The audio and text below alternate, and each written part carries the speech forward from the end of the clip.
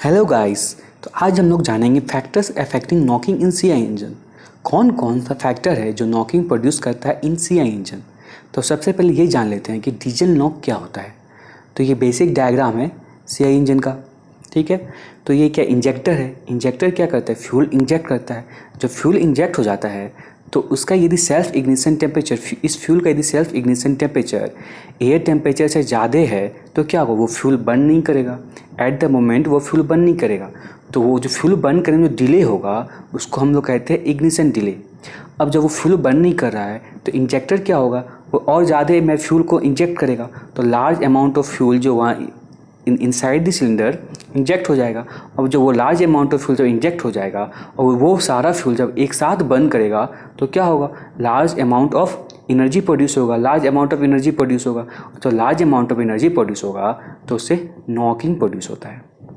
तो इसका मतलब क्या हुआ कि जितना ज़्यादा मेरा डिले हो रहा है, जितना ज़्यादा डिले हो रहा है तो उतना ज़्यादा फ्यूल इंजेक्ट हो रहा है, और उतना ज़्यादा फ्यूल जब एक साथ बर्न हो जा रहा है तो large amount of energy produce हो रहा है। इसका मतलब कि यदि इग्निशन डिले जितना ज़्यादा होगा नॉकिंग उतना ज़्यादा होगा, इग्निशन डिले जितना कम होगा नॉकिंग उतना कम होगा, ठीक है। तो अब हम लोग देखते हैं कौन कौन सा फैक्टर है जो कि नॉकिंग को प्रोड्यूस करता है। यदि यदि मैं कंप्रेसर रेशियो हाई है, यदि कंप्रेसर रेशियो हाई है तो क्या होगा, तो कंप्रेसर रेशियो हाई है तो इनसाइड द प्रेशर सिलेंडर में टेम्परेचर ज़्यादा होगा, और ये टेम्परेचर ज़्यादा होगा तो जो फ्यूल इंजेक्ट होगा वो तुरंत बंद कर जाएगा। तो मतलब क्या इग्निशन डिले मेरा कम हो रहा है, तो यदि इग्निशन डिले कम है तो मेरा क्या होगा, नॉकिंग लेस होगा। मतलब कंप्रेसर रेशियो में हाई होना चाहिए, हमेशा कंप्रेसर रेशियो हाई होना चाहिए। हम लोग यहाँ क्या जान रहे हैं कि किस किस को टू रिड्यूस डीजल नॉक, किस किस फैक्टर को हमको ज़्यादा रखना है, ये देखना है, हम देख रहे हैं इसमें हम। तो कंप्रेसर रेशियो में हाई है तो क्या होगा, मैं नॉकिंग लेस होगा, ठीक है। अब यदि आउटपुट या लोड यदि हाई है तो क्या होगा, यदि आउटपुट हाई है तो रेट ऑफ कंबसन भी मेरा ज़्यादा है, और रेट ऑफ कंबसन ज़्यादा है तो क्या कि टेम्परेचर इनसाइड द सिलेंडर वो भी ज़्यादा है, और टेम्परेचर इनसाइड द सिलेंडर ज़्यादा है तो फ्यूल जब इंटर कर रहा है तो वो तुरंत बंद कर जा रहा है, और जो तुरंत बंद कर जा रहा है तो जिसके कारण मैं क्या, और इग्निशन डिले कम हो रहा है, और इग्निशन डिले कम हो रहा है तो मैं नॉकिंग लेस कर रहा है। मतलब कि लोड जो है हमेशा ज़्यादा रहना चाहिए नॉकिंग को कम प्रोड्यूस करने के लिए। अब क्वालिटी ऑफ फ्यूल, अब क्वालिटी ऑफ फ्यूल में यदि जितना अच्छा क्वालिटी ऑफ फ्यूल रहेगा तो उतना ज़्यादा ही मेरा उतना कम नॉकिंग होगा। मतलब क्या, तो हम क्वालिटी ऑफ फ्यूल को किससे मेजर करते हैं, सीटीएन नंबर से मेजर करते हैं। तो सीटीएन नंबर जितना ज़्यादा है उतना कम मेरा नॉकिंग होगा।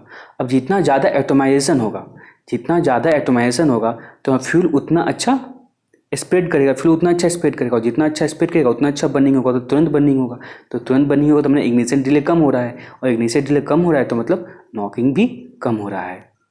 यदि मेरा इनटेक प्रेशर एंड टेम्परेचर यदि ज़्यादा है, यदि इनटेक प्रेशर और टेम्परेचर ज़्यादा है cylinder inside the cylinder fuel का, तो क्या होगा, तो मेरा जल्दी से बर्न करेगा तो इग्निशन डिले कम होगा, इग्निशन डिले कम होगा तो फिर नॉकिंग भी कम होगा। उसी प्रकार से jacket water temperature fuel temperature यदि ज़्यादा है तो jacket water temperature fuel temperature ज़्यादा है जल्दी बर्न हो जाएगा फ्यूल, इग्निशन डिले मेरा लेस हो रहा है, और इग्निशन डिले लेस हो रहा है तो क्या हो रहा है कि नॉकिंग भी कम हो रहा है। तो वही जैकेट वाटर टेम्परेचर भी सेम एज एबव। अब यदि मेरा अब कौन कौन सा फैक्टर इसको डिक्रीज़ करेंगे तो नॉकिंग भी रिड्यूस होगा। तो इंजन स्पीड मेरा हाई है, मान लीजिए इंजन में स्पीड हाई रहता है तो क्या होगा, तो मैं large amount of fuel supply होगा, और large amount of fuel supply होगा तो लार्ज अमाउंट ऑफ जब फ्यूल सप्लाई होगा मेरा तो जब वो एक साथ बर्न होगा तो large enormous amount of energy produce करेगा, जिससे कारण मैं नॉकिंग बढ़ेगा। तो हमें हमेशा क्या चाहिए, नॉकिंग को रिड्यूस करने के लिए कि इंजन स्पीड भी कम होना चाहिए। अब यदि इंजेक्शन एडवांस एंगल में मेरा ज़्यादा रहता है तो क्या होता है, यदि इंजेक्शन एडवांस एंगल मेरा ज़्यादा रहता है तो मतलब फ्यूल इंजेक्ट जो है ज़्यादा देर के लिए हो रहा है, और जब फ्यूल इंजेक्ट ज़्यादा देर के लिए हो रहा है तो मतलब फ्यूल इकट्ठा ज़्यादा हो रहा है तो enormous amount of energy produce करेगा, और enormous amount of energy produce कर रहा है तो मैं नॉकिंग भी ज़्यादा होगा। मतलब हमेशा कि इंजेक्शन एडवांस एंगल जो है हमेशा कम रहना चाहिए। तो हम लोग क्या क्या देखे, अभी देख लेते हैं, दोबारा से एक बार रिकॉल कर लेते हैं। तो सबसे पहले हम लोग ये देखें कि डीजल नॉक क्या होता है। तो डीजल नॉक जान गए कि जो self ignition temperature ignition delay जितना ज़्यादा है तो मैं नॉकिंग भी उतना ज़्यादा होगा। यहाँ से हम ये कंक्लूड किए। अब यहाँ देखिए कंप्रेशन रेशियो, अब कौन कौन सा फैक्टर को हम इंक्रीज़ करेंगे तो मेरा नॉकिंग रिड्यूस होगा। मतलब कंप्रेशन रेशियो ज़्यादा होना चाहिए, आउटपुट ज़्यादा होना चाहिए, क्वालिटी ऑफ फ्यूल भी अच्छा होना चाहिए, सीटेड नंबर हाई होना चाहिए, ऑप्टिमाइजेशन ज़्यादा होना चाहिए, फिर मैं इनटेक प्रेशर एंड टेम्परेचर भी ज़्यादा होना चाहिए, jacket water temperature and fuel temperature भी ज़्यादा होना चाहिए। अब कौन कौन से फैक्टर को डिक्रीज़ करेंगे तो मैं नॉकिंग लेस होगा, तो मतलब कि इंजन स्पीड जो है लेस होना चाहिए, और फिर इंजेक्शन एडवांस भी लेस होना चाहिए। तो थैंक यू दोस्तों वाचिंग फॉर दिस वीडियो।